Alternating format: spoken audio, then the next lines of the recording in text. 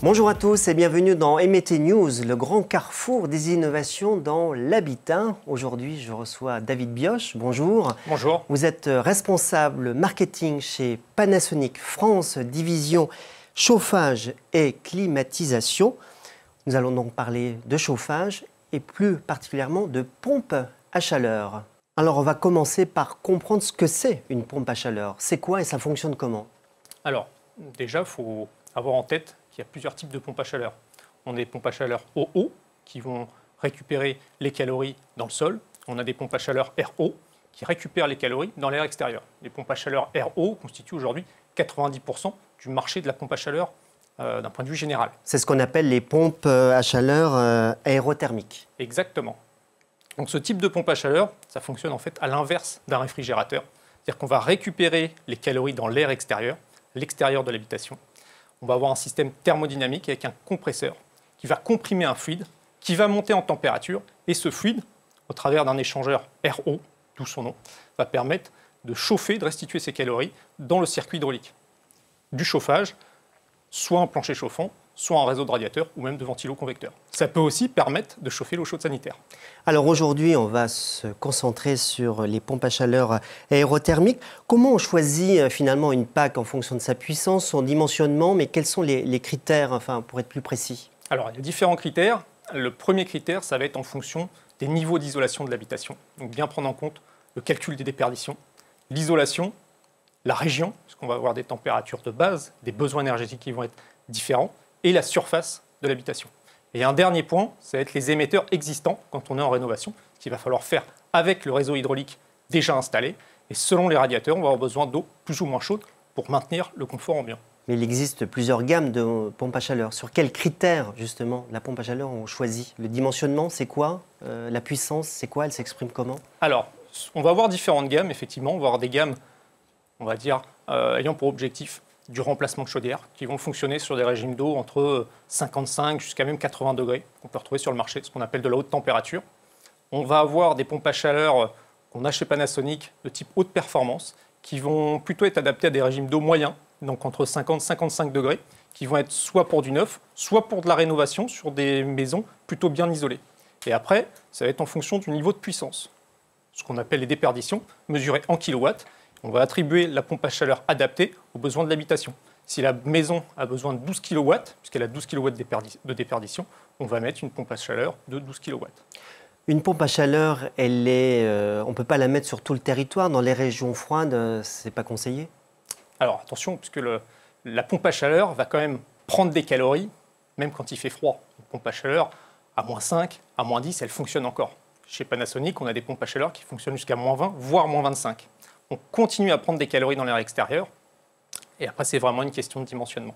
Si la maison est bien isolée, que les émetteurs sont bien adaptés, on va pouvoir chauffer de manière économique, même en région dite froide.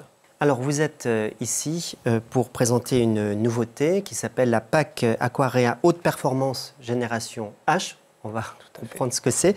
C'est une pompe donc RO bibloc, c'est-à-dire, c'est quoi bibloc? Alors, c'est une pompe à chaleur RO bibloc, puisqu'elle est composée de deux modules.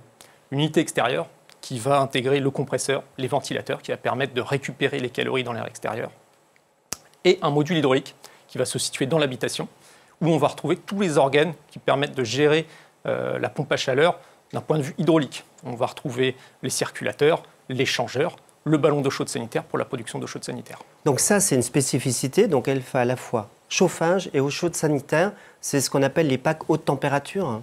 Alors, c'est une PAC, ce qu'on appelle une PAC duo ou double service, qui a la capacité effectivement de faire en même temps du chauffage et de l'eau chaude sanitaire. On peut équiper, on peut répondre aux besoins d'une famille jusqu'à 5 personnes. C'est le nouveau marché de la pompe à chaleur aujourd'hui? Oui, le marché de la pompe à chaleur duo représente aujourd'hui 60% des ventes sur le marché national. Alors, sur ce produit, il y a une étiquette énergie A++. Qu'est-ce que cela signifie? Alors, c'est une norme qui a été mise en place très récemment, qui permet de mesurer les performances énergétiques de nos solutions. Alors, c'était déjà appliqué sur tout ce qui était réfrigération, tous les produits qu'on appelle les produits blancs, et ça a été appliqué au domaine du génie climatique pour l'habitat résidentiel avec des étiquettes énergétiques donc, qui permettent de comparer avec des indicateurs simples et déjà reconnus par le grand public, donc des notations, plutôt que des indicateurs comme le COP qui était historiquement utilisé. Avec ces indicateurs, plus l'étiquette énergétique est verte avec un A et avec des plus le produit sera défini comme étant performant. Donc effectivement, on affiche le rendement annuel de la pompe à chaleur et aujourd'hui, on ne parle plus de COP, coefficient donc, de performance. Ce n'est plus un critère aujourd'hui. Ça reste un critère, mais pas uniquement, puisque le COP, c'est la performance d'une machine à un instant T, à une température de sortie d'eau définie. L'étiquette énergétique a l'avantage de prendre en compte tout le cycle de fonctionnement de la machine et justement sa saisonnalité. Et donc, autre nouveauté, cette année, vous sortez une solution connectée donc, pour vos pompes à chaleur. Vous vous distinguez de la concurrence ou c'est une solution connectée comme une autre? Alors déjà, Panasonic a été parmi les premières marques à proposer ce type de solution. C'est vrai que la réflexion en amont a été assez simple. Les industriels du chauffage avaient tendance à travailler sur les régulations, mais des régulations assez complexes.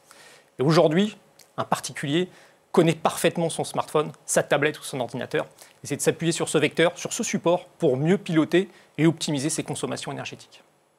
Donc avec cette solution, il va pouvoir, à distance, quand il le souhaite, d'où il le souhaite, piloter son chauffage. Voilà, merci beaucoup David Bioche de nous avoir éclairé sur les pompes à chaleur. Merci en tout cas d'avoir accepté notre invitation. C'est la fin des Métiers News. Merci beaucoup de votre attention et à très vite sur maison-travaux.fr. Ciao, ciao.